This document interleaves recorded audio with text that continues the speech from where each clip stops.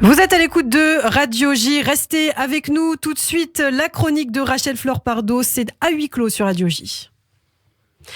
Il est 7h11, très exactement, et mercredi dernier, France 2 consacrait une soirée entière au décryptage d'un phénomène en plein essor, le revenge porn, à travers la diffusion du téléfilm Mise à nu et du documentaire Ennemi intime. L'enjeu était d'alerter et de sensibiliser. Et pour en parler, donc, l'avocate et chroniqueuse sur Radio J, Rachel Fleur-Pardo, est avec nous. Bonjour. Bonjour Ilana. Alors Rachel Fleur, vous êtes justement la cofondatrice et coprésidente de l'association Stop Ficha qui apparaît dans ce documentaire et qui a pour objet de lutter contre le cybersexisme.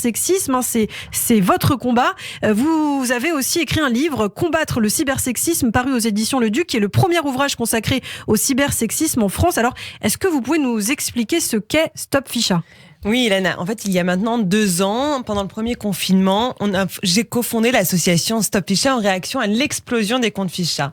Le mot Ficha, ça vient du verlan afficher. En fait, un compte Ficha, c'est un compte qui se crée sur un réseau social et qui a pour objet de diffuser des photos sans le consentement de la personne qui apparaît, avec en plus son nom, son lycée, sa ville, pour mieux l'afficher, pour mieux l'humilier. En fait, il s'agit d'une violence en plein essor qui est particulièrement cruelle et qui vise essentiellement les femmes et fait des ravages. Et depuis avril 2020, l'objet de l'association s'est élargi pour sensibiliser les internautes et les pouvoirs publics à toutes les cyberviolences sexistes et sexuelles, accompagner les victimes et signaler les contenus illicites. Alors de quoi est-il question quand on parle de revenge porn, qui se traduit en fait littéralement en français par vengeance pornographique ? En fait, quand on parle de revenge porn, on fait référence à l'envoi sans le consentement de la personne qui apparaît d'une photo ou d'une vidéo à caractère sexuel.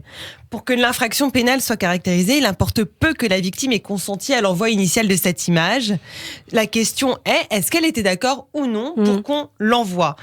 Et chaque personne qui la partage sans son consentement commet cette infraction. Mais en réalité, l'expression revenge porn n'est pas adaptée pour décrire ce phénomène. Pourquoi ? D'abord parce qu'elle se réfère au scénario dans lequel un ex, après une rupture, diffuserait des images de la personne qui l'aurait quitté. Mais ce scénario est loin de représenter la réalité de tous les cas de diffusion non consentie de contenu à caractère sexuel. Il arrive que ces photos soient volées, qu'elles soient le fruit d'un piratage, ou qu'elles soient simplement partagées et repartagées au point qu'on n'en connaisse plus l'origine. Ensuite et surtout, ce terme n'est pas adapté parce qu'il y a dans la notion de vengeance l'idée que le fait générateur du mal que l'on vous cause est en réalité votre propre action.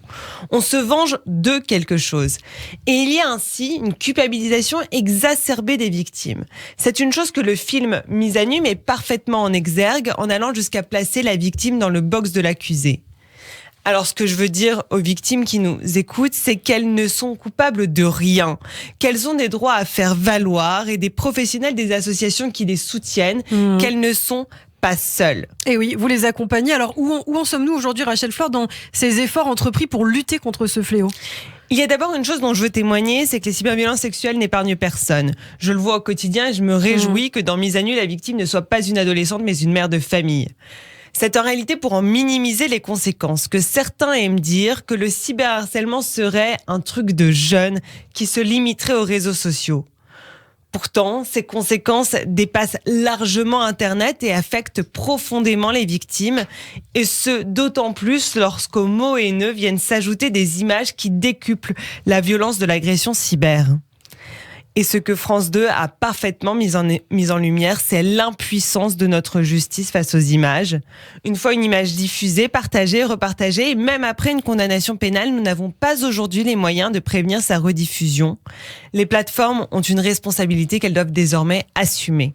Absolument. Merci beaucoup Rachel Fleur-Pardo d'avoir été avec nous ce matin sur Radio J, cofondatrice et coprésidente de l'association Stop Ficha. On peut vous contacter bien sûr sur tous vos réseaux sociaux et sur Internet. Merci Rachel Fleur et je vous dis à très bientôt sur Radio J. Merci Lana, à bientôt.